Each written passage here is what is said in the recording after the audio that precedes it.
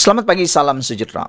Ini menjawab kepada dakwaan Muhyiddin Yassin bahawa pendakwaan terhadap Bersatu berkaitan dengan jana wibawa, berkaitan dengan meminta dan menerima rasuah yang mana didakwa oleh Muhyiddin Yassin telah dirancang dan didalangi oleh Zahid Hamidi. Jadi apa yang berlaku menurut Muhyiddin Yassin ialah apa yang berlaku, perkara yang saya fikir sudah dirancang dan terancang katanya kepada pemberita di perkarangan kompleks Mahkamah Kuala Lumpur baru-baru ini.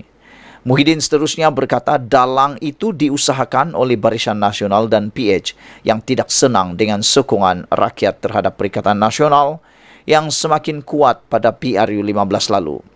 Atas sebab itu Muhyiddin berkata pendakwaan Wan Saiful pada hari yang lepas adalah pendakwaan terpilih dan parti itu sudah menjadi sasaran untuk dilemahkan. Selepas itu, beberapa pemimpin Perikatan Nasional pula berduyun-duyun juga menyifatkan pendakwaan terhadap Wan Saiful Wanjan suatu pendakwaan terpilih terhadap Blok Pembangkang. Mereka berkata ia menunjukkan Anwar mempunyai sifat pendendam terhadap Perikatan Nasional.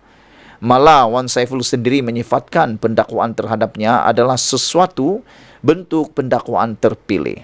Katanya, mereka melakukan pendakwaan terpilih itu bertujuan mengalihkan perhatian terhadap kegagalan Kerajaan Perpaduan Mentadbir Negara.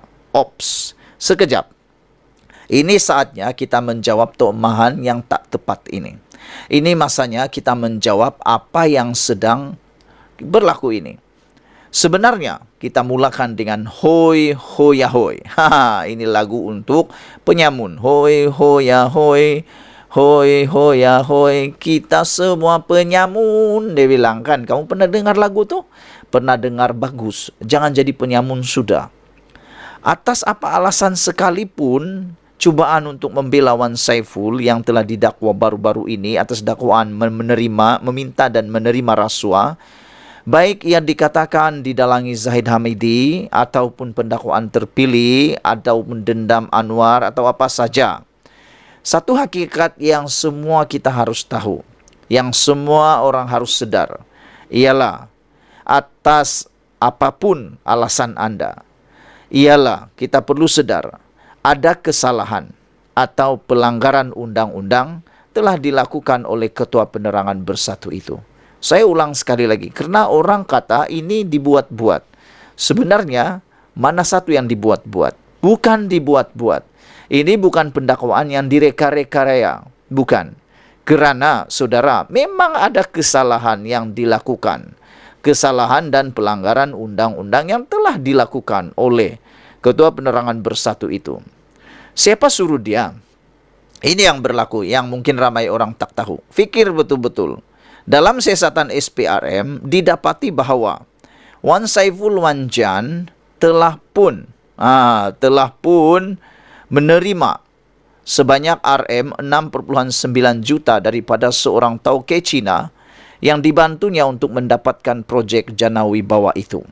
Siapa suruh dia minta rasuah?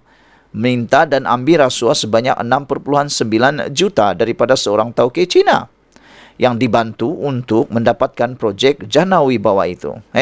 Sekejap. Lebih menarik lagi ialah, bukankah jana wibawa adalah singkatan kepada perkataan projek atau program jana ekonomi pemerkasaan kontraktor Bumi Putra Berwibawa?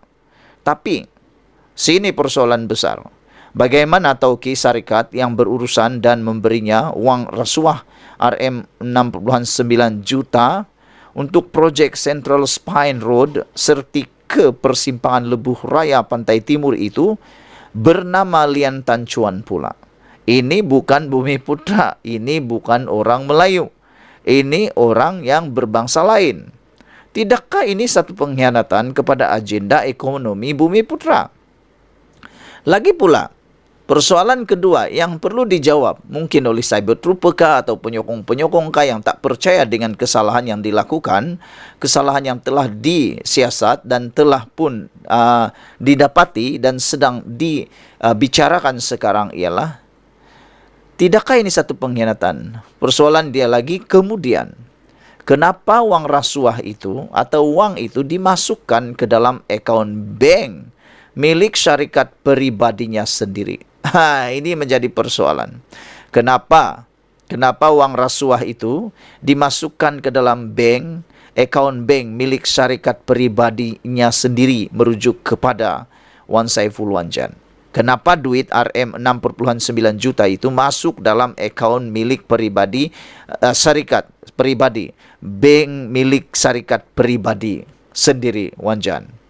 Perkara pokok yang perlu difahami oleh kita semua di sini ialah jika Wan Saiful tidak meminta dan tidak menerima uang RM6,9 juta itu dan tidak pula memasukkannya ke dalam akaun syarikatnya sendiri, sudah tentu mustahil tindakan dapat diambil terhadapnya.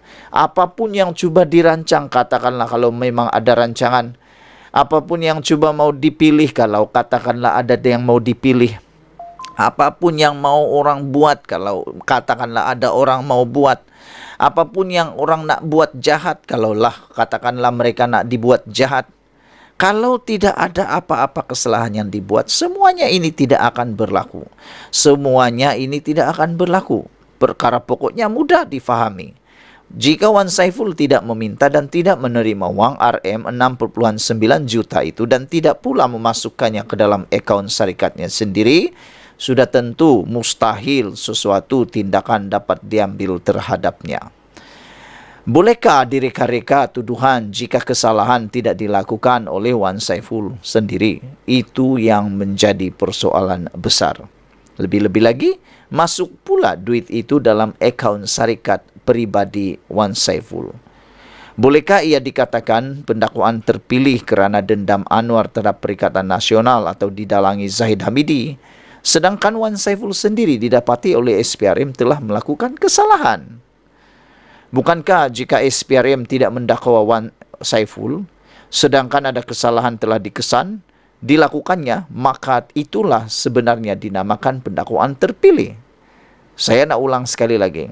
Kalau SPRM dah melihat ada sesuatu kesalahan yang berlaku terhadap Wan Saiful, dan SPRM pula menutup mata, tidak membuat apa-apa, bukankah itu adalah pendakwaan yang terpilih? Maka dengan itu, yang dibuat oleh SPRM sekarang ini adalah pendakwaan yang terbaik. Saudara-saudara sekalian, untuk itu kepada Muhyiddin dan lain-lain pemimpin Perikatan Nasional, sebelum cuba mencari helah dengan menyalahkan orang lain sebagai dalang, dendam atau pendakwaan terpilih, lebih baik hempuk dulu Wan Saiful atas perbuatannya itu. Dan akhirnya Wan Saiful telah pun sah kemarin letak jawatan sebagai Ketua Penerangan Bersatu, disahkan oleh Muhyiddin dan serta-merta. Sebelum kita berpisah, jangan lupa tinggalkan komen Anda, tekan butang subscribe. Kita jumpa lagi. Bye-bye.